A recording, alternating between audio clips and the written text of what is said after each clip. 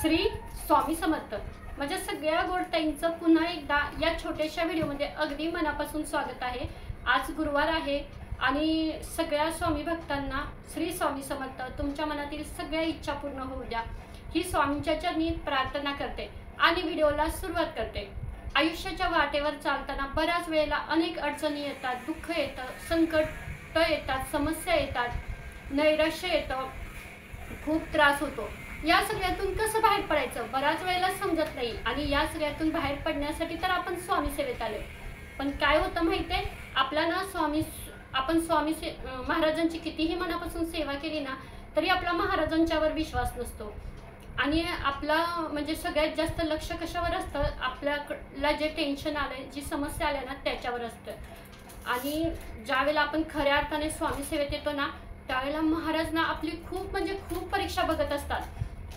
ज्या वेळेला जास्त अडचणी वाढतील, जास्त समस्या वाढतील त्यावेळेला समजून जायचं की मी खऱ्या अर्थाने स्वामी सेवेत आलेली आहे आणि मी या सगळ्यातून नक्की एक ना एक दिवस तरी बाहेर पडणारच आहे. बऱ्याच वेळेला काय होतं, आपला ना एका देवावर विश्वास नसतो. म्हणजे मी तुम्हाला सांगते, माझं सुद्धा तसंच झालेलं आहे. आपण काय करतो, एखादं संकट आलं, एखादा प्रसंग आला किंवा असं काही झालं ना तर आपण पहिल्यांदा ज्या देवांची सेवा करतोय ना त्यांना साथ घालतो. मग आपल्याला वाटतं बापरे मी ह्या संकटातून अजून बाहेर पडली नाही, मग आपण दुसऱ्या देवांना साथ घालतो. जेवढे आपल्याला आठवत आहेत तेवढ्या देवांची नावं घेतो. कधी कधी तर असं होतं की आपल्याला काही देवांची नावं सुद्धा माहिती नसतात, पण एवढंच माहीत असतं की हा देव त्या नवसाला त्याला पावलेला, तो देव त्याला पावलेला, मग मला सुद्धा पावेल. मग आपण ना कळत न प्रत्येक देवांना नवस बोलतो. तुम्हाला तर हा अनुभव आलाच असेल आणि आपल्या महिला वर्गांना तर ही खूप सवय लागलेली आहे. थोडंसं काही झालं, गोष्टी मनाविरुद्ध घडायला लागल्या, त्रास व्हायला लागला की लगेच देवाला नवस बोलायचं, माझं म्हणजे मला ह्यातून बाहेर काढ, मी हे करेन, मी ते करेन.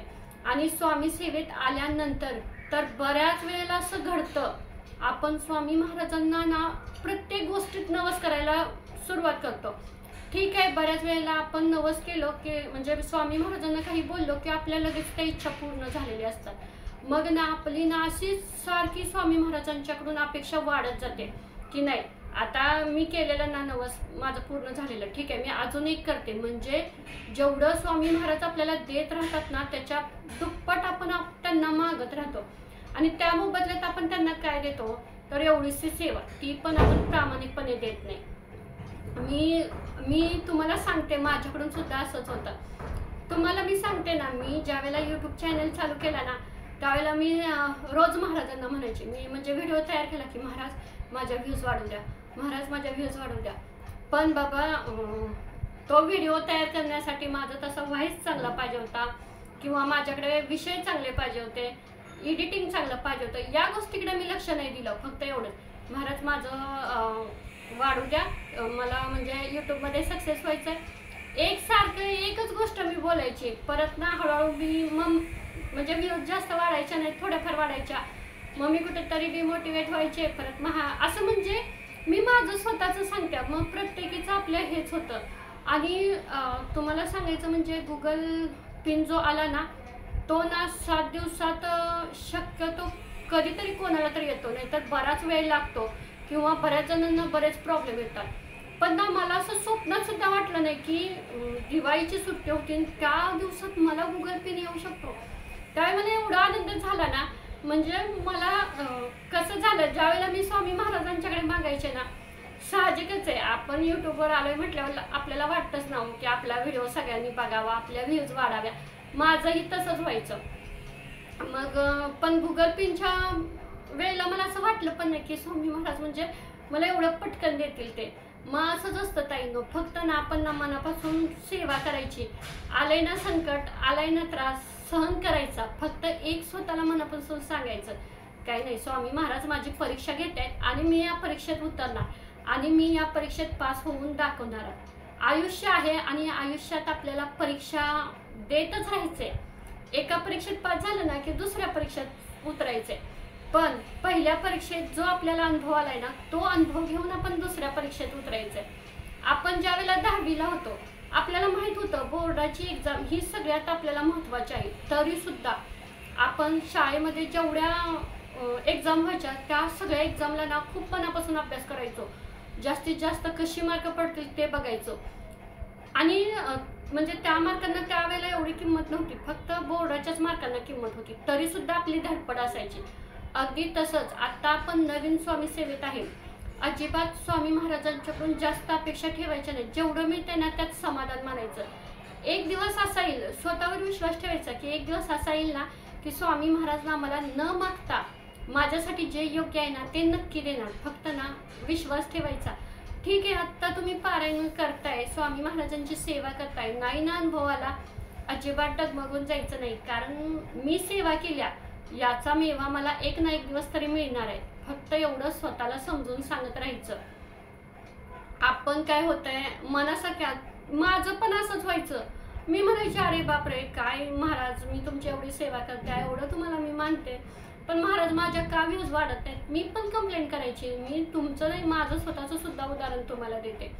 आणि आता तुम्हाला मी जसं प्रत्येक व्हिडिओत म्हटलं, नाही ताईनो मला सबस्क्राईब करा, माझे व्हिडिओ बघा, असं जर तुम्हाला सारखं मी जर म्हणत राहिले तर तुम्हाला किती त्रास होईल हो. किंवा तुम्ही म्हणणार काय ह्या ताईंचं सारखं तेच एखादा म्हणजे असं तुम्हालाही त्रास होणार ना. अगदी तसंच आहेत ना, आपण आलोय ना स्वामी सेवेत, सोडायचं सगळं स्वामींच्यावर. त्यांना माहिती असतं आपल्या मनात काय चाललंय ते. मग आपण सारखं कशाला बोलून दाखवायचं. आपण जे काम करतोय ना त्याच्यावर जास्त लक्ष द्यायचं. आता मलाही आत्ता असं वाटतं की मी त्यावेळेला जर असे चांगले व्हिडिओ बनवले असते तर त्याच वेळेला माझं म्हणजे व्ह्यूज वाढले असते ना. एवढं 6 महिने मला कष्ट करायची गरज पण पडली नसते. पण काय होतं, बऱ्याच गोष्टी आपल्याला उशिरा लक्षात येतात. ठीक आहे, येऊ द्या, पण एक अनुभव तरी येतो ना. कारण सगळ्या गोष्टीतून आपण शिकत तरी पुढे जातो ना. मग हेच तर असतं ना स्वामी सेवेत ना. स्वामी महाराज ना ज्या वेळेला तुम्ही खरंच मनापासून स्वामी महाराजांच्या पर्यंत पोहोचता ना, त्यावेळेला स्वामी महाराज ना आपल्या भक्तांच्याकडून असं ना करून घेत असतात. कारण त्यांना आपल्याला त्या ठिकाणी परफेक्टच करायचं असतं. ते म्हणजे मुद्दाम आपल्यावर संकट टाकत असतात, प्रसंग घडवून आणत असतात का ते काही माहीत नाहीये, पण ना त्या सगळ्याला सामोरं जाण्याची आपल्याला ताकद सुद्धा देत असतात. त्यामुळे ताईंनो तुम्ही खरंच मनापासून स्वामी सेवा करा. बघा तुम्हाला सुद्धा हळूहळू चांगले अनुभव येतील. आणि अनुभव आलेले असतात, फक्त ना आपल्याला ते दिसत नाही. आपण काय करतो, नेहमी दुसऱ्याचंच बघत असतो. आपल्याला म्हणजे एक सवय लागलेली असते महिला वर्गांना की नेहमी दुसऱ्याचं बघायचं. हां, तिनं स्वामी सेवा केली, तिला हे मिळालं, तिला ते मिळालं, मग मला का नाही मिळालं, मला काय मिळालं नाही. आणि एकच सांगते, तुम्ही ना मनापासून फक्त एका देवाची सेवा करा. ठीक आहे, तुम्ही जर दत्त महाराजांची सेवा करत असाल तर त्या करा. कोण कुलस्वामीचं करतं, कोण म्हणजे ग्रामदैवत असतात त्याची सेवा करतं. कुठल्याही देवाची असू द्या, म्हणजे तुम्ही एका देवाची सेवा करा, फक्त प्रामाणिकपणे करा. जे काही आहे ना ते फक्त एका देवालाच सांगायचं. आता मी पण बऱ्याच देवांना जाते, मंदिरात जाते, फक्त मनापासून नमस्कार करते. जे आहे ना त्यात मी समाधानी आहे, फक्त तुमचा आशीर्वाद सोबत असू द्या, एवढंच सांगते. आणि जे काही मागायचंय ना मला, मी स्वामी महाराजांनाच मागत असते. जरी नाही मिळालं ना तरी मी म्हणजे असं बऱ्याच वेळेला डिमोटिवेट पण होते, असं म्हणजे त्रास होतो मला, तरी पण मी ना त्यांच्याकडेच मागत असते मी. आणि मला हा विश्वास असतो, जाऊ दे आत्ता नाही ना महाराजांनी मला दिलं, ठीक आहे, काहीतरी ह्याच्या मागे पण चांगला संकेत असेल, थोडे दिवस जाऊ दे, ह्याचं पण फळ मला स्वामी महाराज देतील. म्हणजे काय पर्याय नसतो. आपण म्हणजे आपणच मनाला समजूत घालायची. पण जसे दिवस पुढे जातील ना तसे असं चांगले अनुभव यायला लागले ना की खूप छान वाटतं. असं वाटतं नाही खरंच स्वामी महाराज आहेत. ज्या वेळेला मला म्हणजे प्रसंग असं हे झालं, यूट्यूबमध्ये पण बरेच प्रॉब्लेम आले, पण स्वामी महाराजांनी काय कोणाच्या ना कोणाच्या रूपात मला मदत पाठवली, एवढं नक्की आहे. मग मला तेच सांगायचं आहे. मलाही असं वाटतं की तुम्ही पण हार मानू नका. आलोय ना. आणि मला अजून एक सांगायचं आहे. काय होतं तुम्हाला सांगू का, जे जुने स्वामी सेवेकरी आहेत ना आणि जे नवीन स्वामी सेवेकरी आहेत, काय आपण ज्या वेळेला नवीन असतो ना त्यावेळेला आपल्याला असं वाटतं ते जुने सेवेकरी आहेत, त्यांना महाराज भरपूर देत आहेत, मी नवीन आहे मला देत नाहीत. असं काही नाही. तुम्ही ना जरी आजपासून स्वामी सेवेला सुरुवात केलेली असली ना आणि तुमची सेवा प्रामाणिक असली तर महाराज आज सुद्धा तुम्हाला तुमच्या मनातील इच्छा पूर्ण करतील. आणि तुम्ही गेली 10 वर्ष स्वामींची सेवा करताय, पण तुम्ही प्रामाणिकपणे सेवा जर करत नसाल ना, तर तुम्ही कितीही डोकं आपटा, महाराज तुम्हाला देणार नाहीत. हा म्हणजे एवढं महाराजांचं आहे, ते तो आपल्याकडून काहीच अपेक्षा करत नाही. तुम्ही मला एक सांगा, कुठल्या म्हणजे स्वामी, आपण एवढं स्वामींच्या म्हणजे सेवा करतोय, एवढं व्हिडिओ बघतोय, ग्रंथ वाचतोय, त्यांनी कुठं सांगितलंय का हो की तू माझे 11 गुरुवार कर, माझे 7 गुरुवार कर, मग मी तुला हे देईन ते देईन? काहीच नाही. आपणच म्हणत असतो, नाही महाराज माझी ही इच्छा पूर्ण करा, मी हे करेन. महाराज माझी ती इच्छा पूर्ण करा, मी ते करेन. म्हणजे आपणच विकत घेतल्यासारखं करत असतो की महाराज मी तुम्हाला हे देते, त्यावेळेला तुम्ही मला ते द्या. मग हे कितपत योग्य आहे? कसं ठीक आहे, मी पण ह्या सगळ्यातून गेलेले, माझ्याकडून पण हे होत असतं. पण ज्यावेळेला असं काही व्हायला लागेल ना, त्यावेळी मी लगेच स्वतःला सावरते, नाही आपण महाराजांच्या पेक्षा मोठं नाहीये, आपण खूप लहान आहे. आणि काय हो, महाराज आपल्याला एवढं सगळं देत आहेत आणि आपण कुठेतरी आपण एवढीच तर महाराजांना सेवा देतोय ना. मग जेवढं होतं होईल ना तेवढं प्रामाणिकपणे काम करायचं. महाराज आहेत ते बघून घेतील आपल्याला आपल्या कष्टाचं फळ द्यायचं का नाही, सगळं त्यांच्यावर सोडायचं. जरी त्यांनी पुढे चांगला म्हणजे दिलं तर आपल्या चांगल्या कर्माचं फळ म्हणायचं, आणि जरी नाही सक्सेस दिला तरी म्हणायचं ठीक आहे, माझ्याकडून काहीतरी चुका झाल्या असतील, त्याचं हे कदाचित फळ असेल. जे काही देतील ना ते गोड मानायचं आणि त्यातून पुढं जायचं. बऱ्याच वेळेला डिमोटिवेट व्हायचं ज्यावेळेला आपल्याकडं असं आपल्याला वाईट वाटतं, त्रास होतो, असं खूप नैराश्य येतं ना, ते सुद्धा भोगायचं. का तर ते सगळं भोगल्याशिवाय आपल्याला चांगल्या दिवसांची किंमत कळत नाही. रोजच जर आपल्या पदरात सुख पडलं तर दुःख काय असतं हे कसं कळणार आपल्याला?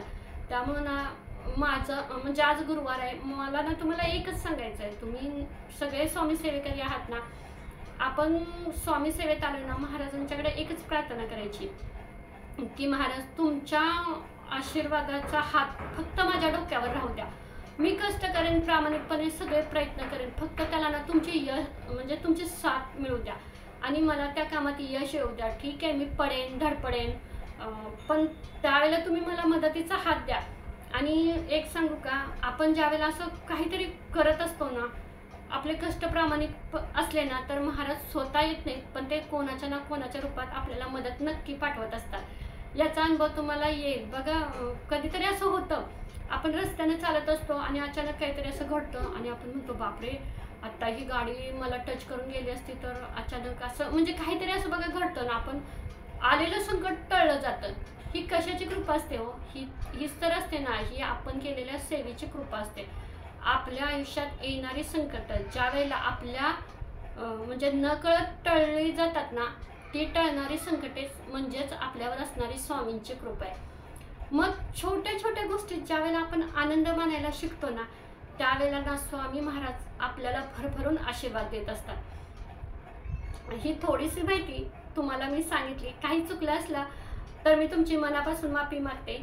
आजचा दिवस तुमच्या सगळ्यांना चांगला जाऊ द्या, स्वामींच्या चरणी प्रार्थना करते. श्री स्वामी समर्थ.